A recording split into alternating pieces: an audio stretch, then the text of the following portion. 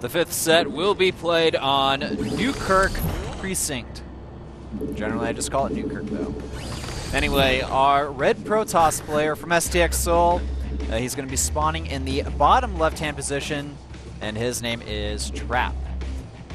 His opponent, spawning as a green Terran playing for Woongjin Stars. His name is Light, on the right bottom position of Newkirk Redevelopment Precinct. Or known as Newkirk. Yeah, I want to call it Newkirk. Same here. Cool. It's too long. Too long. I have to agree.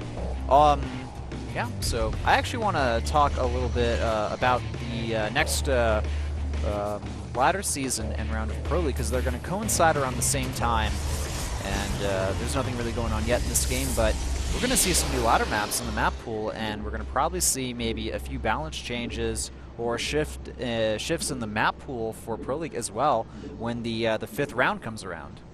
Yeah, it's kind of interesting how the map balances are working out and which maps Blizzard actually decides to take out of map pool. For example, Newkirk Precinct is not going to be a map pool in the upcoming season, but Newkirk Precinct, I have to say, is one of the most balanced maps, if not the balanced map in Pro League when it comes to Kespa main map. So let's see how Kespa deals with the map situation. Of course, we have no idea what they're going to do with the map pool until next week when round 5 begins. That's true. We pretty much know about as fast as you guys, just to give you an idea. We do know a little bit faster.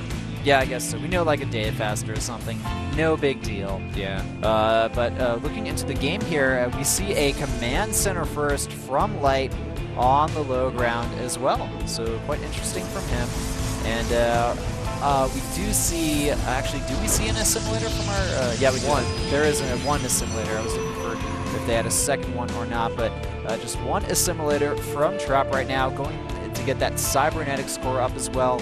We don't see any Zealot on the way, and no scouting from the Protoss player as well. Well, we do have the Zealot now starting. If you don't go for the scout, you need the Zealot now. I mean, you're going to have a little more economy and use that on the Zealot to defend against possible racks. You know, get the Zealot out and start getting the Stalker with the Mothership Core if you want to go for the faster expansion. Now, Trap is going to scout around the natural. And let's see. Yeah, he's just going to get the Nexus right away. He doesn't really care what his opponent is going for. He just wants to go for the really fast Nexus and play it safe while going greedy as possible. Something else to note, guys, he did cancel that Zealot at the last second there. The reason why Protoss players do this against Terran when they go for a fast expand is because it will pretty much prevent the Terran player from trying to build an engineering bay at your natural, because if they know that Zealot's coming, then it's pretty much just a waste of time for them. Engineering bay or possible bunker at the natural if they want to pressure the Nexus as much as possible. And I don't know why I'm laughing. Maybe you picked up on some Korean that I missed there, but... No, I was just focusing on my own casting and your casting. Alright, cool. Well, it's hard to focus on multiple things at once, especially if it's across different languages. Yeah, you gotta work on your multitasking skills, man. Like, that's your biggest weakness in StarCraft. Not really. It was a joke, man. Really. It was a joke. Jesus. Maybe in real life, but not in StarCraft, man. I mean, yes, I know it's a joke, but don't make fun of me and my StarCraft skills. It's like one place you don't want to... It's like one thing that I don't want to... Alright, don't break down, man. We gotta get through this cast together. We gotta get through this cast. This is a team effort. That's the #1 priority right now. Get through the cast. Okay, Mothership Core scouting around, and, you know, if Trap doesn't overcommit with a Mothership Core, he's going to get a full scout in his opponent's base as long as Trap doesn't put the Marines in the position. As soon as I say that. The Marines are ready, man. They're like, we're not going to let this Mothership Core really do too much here, and at the same time, scouting SCV from Light, he's going to be able to get into the natural there, see exactly what's going on, and this Mothership Core going to be denied. He does see that third barracks there, though, so he may be a little bit concerned about that. He'll know in the back of his head, though, that that factory tech is going to be delayed. Yeah, and that's all you need to see with the mothership core, because if you see the factory tech, you need to start chrono boosting out a lot more observers just than one. And by seeing the 3 barracks, it's like, oh, he's not going to go for the water mine drop. I don't need the observers out. Maybe 1 or 2 around the map to see where my opponent is, but I could be as greedy as possible, defend back in the main base with only Nexus Cannon and sentries for the force fields. Yep, and also we have Double Forge on the way for Trap here. He's got a sneaky probe up in the top right-hand position on the map, but not doing anything just yet with it.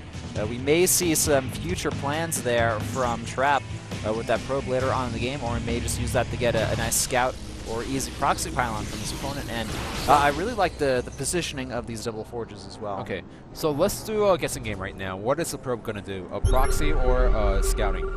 I think it's going to make a proxy pylon eventually, but it's just going to kind of chill there for a while until then. Yeah, I have to say 75% proxy pylon and then just scouting, or 25% only scouting. All right, if you want to throw percentages out there, go for it, man.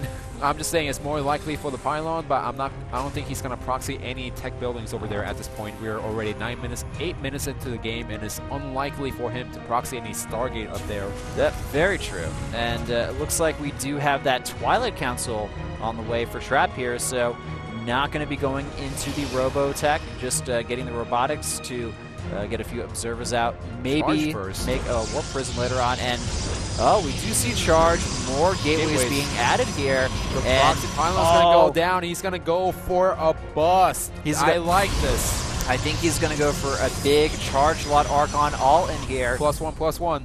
Yeah, and this is actually a really cool build. We've seen variants of this throughout Wings of Liberty, but it's quite a rare build. And oh, look at that. This is Pro League, guys. Your proxy buildings will be scouted. Like, it's just a consistent fact in Pro League. And that Marine almost getting up there could have definitely been bad news for Trap. But it looks like Light does manage to spot that Templar Archive. So he's going to be kind of wondering what's going on here, but I don't think he exactly knows how much trouble he really is in at this point. He doesn't know exactly what's going on, but he has some idea because of the proxy pylon and the fast Temple Archive. So it's like saying, hey, you know, I thought you were going to go for the defense with the Blink and the Templars for the feedback, but you have the pylon over there. You're trying to hide the probe as long as possible. Are you actually going to go for the pressure? And that's why he's slightly pressuring out on the map, but he doesn't have to overcommit to this. As soon as he sees the Archon, he needs to put up bunkers at the natural and just stay inside the main base. But look at this Trap. He doesn't want to show the Archon, but the Marine scouts it. All right, well, now the army composition of Traps will be revealed the light here. Also notice that we do have probe production continuing for Traps. So in addition to that, he's getting the 2-2, a Warp Prism as well. So maybe we'll see him eventually take a third base here, but at this point in the game, it's still kind of you know, risky, kind of a weird area for Light here. I think he has figured out that there may be a potential timing coming here, so he wants to get defensive, but at the same time, he wants to be able to do a potential drop behind this as well. I think Trap pretty much abandoned what he was going to do. I mean, this is only up to 6 gateways, not up to 8 gateways, which means that he was going to deal some heavy pressure, but he was also looking forward towards the mid-game, towards the late game. So now he is pushing out, but his opponent, Light, is going to go for the drop inside the main base. The High Templar and Zealot reinforcements are coming here. Nice feedback on one of the medevacs and the High Templar. One of them, it looks like it will survive, and the Zealot's doing a great job here, going to prevent these units from really doing too much. Storm about halfway done, and Trap taking some, you know, map control here at the same time, dropping Zealots in that main base, doing a good amount of economic damage, and now moving into the natural. Trap, he is all over the place here. Yeah, Trap's doing a really nice job getting those units out of position, and even one SCV getting up to 4 kills, 5 kills. Remember, that's +2 Zealots ripping down on those SCVs. Oh, wow, and uh-oh, the SCVs are coming now with the Hellbats. That's not that many SCVs, however. And, oh man, that Zealot, it's got so many kills. Remember, the 2-2 has completed. This Zealot is so resilient here. I haven't seen a Zealot kill or essentially go in the man mode against that many SCVs since Tyler in the TSL, man. Well, even before man lost by reach. back in the old Brood War days. But look at this. Light, he wanted to put some pressure against his opponent. Does deny the punch for final. Oh, excellent force fields! And the Hellbats, they're doing a good amount of damage to the Zealots. There's going to be a hot pick up there, bringing some of those units back. But the problem is, Templar Storm, it is completed. There are no ghosts in this army. We have 3-3 on the way. Now we have Sentry Shield going up for our Protoss player as well. More solid storms going down, and they're really eating into Light's army at the same time. More constant Zealot harassments here, and Light, his supply is plummeting here. More Archons joining the fight now. Those Templars out of energy, going to be converted. And, I mean, Light, he is just completely falling apart here. He's even talking to himself right now. Holy crap, what just happened here? I just got completely outplayed. I mean, what Trap was doing throughout the whole game is put on the aggression against his opponent, which is not typical of a Protoss player.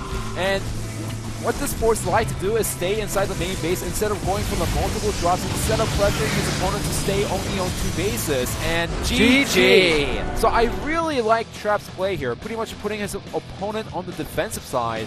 Because remember, some of these Protoss players out there, they always say, you know, be on the defensive. Wait until you get the army out. Wait until you have the perfect army composition and then move out. Trap's saying, well, I don't like that. I really want to punch my opponent's face. I want to do it right now. Yeah, I love the aggression from Trap that game. That was, he essentially turned that matchup, he switched it around. You know, generally the Terran is the aggressor here, but it looks like Trap wanted to finish it off that game, be the aggressor and win on 2 bases. So currently the score 3-2, STX Seoul taking the lead once again. And if Mini can manage to defeat SOS in the next match, then we will see a victory from STX Seoul. If not, we will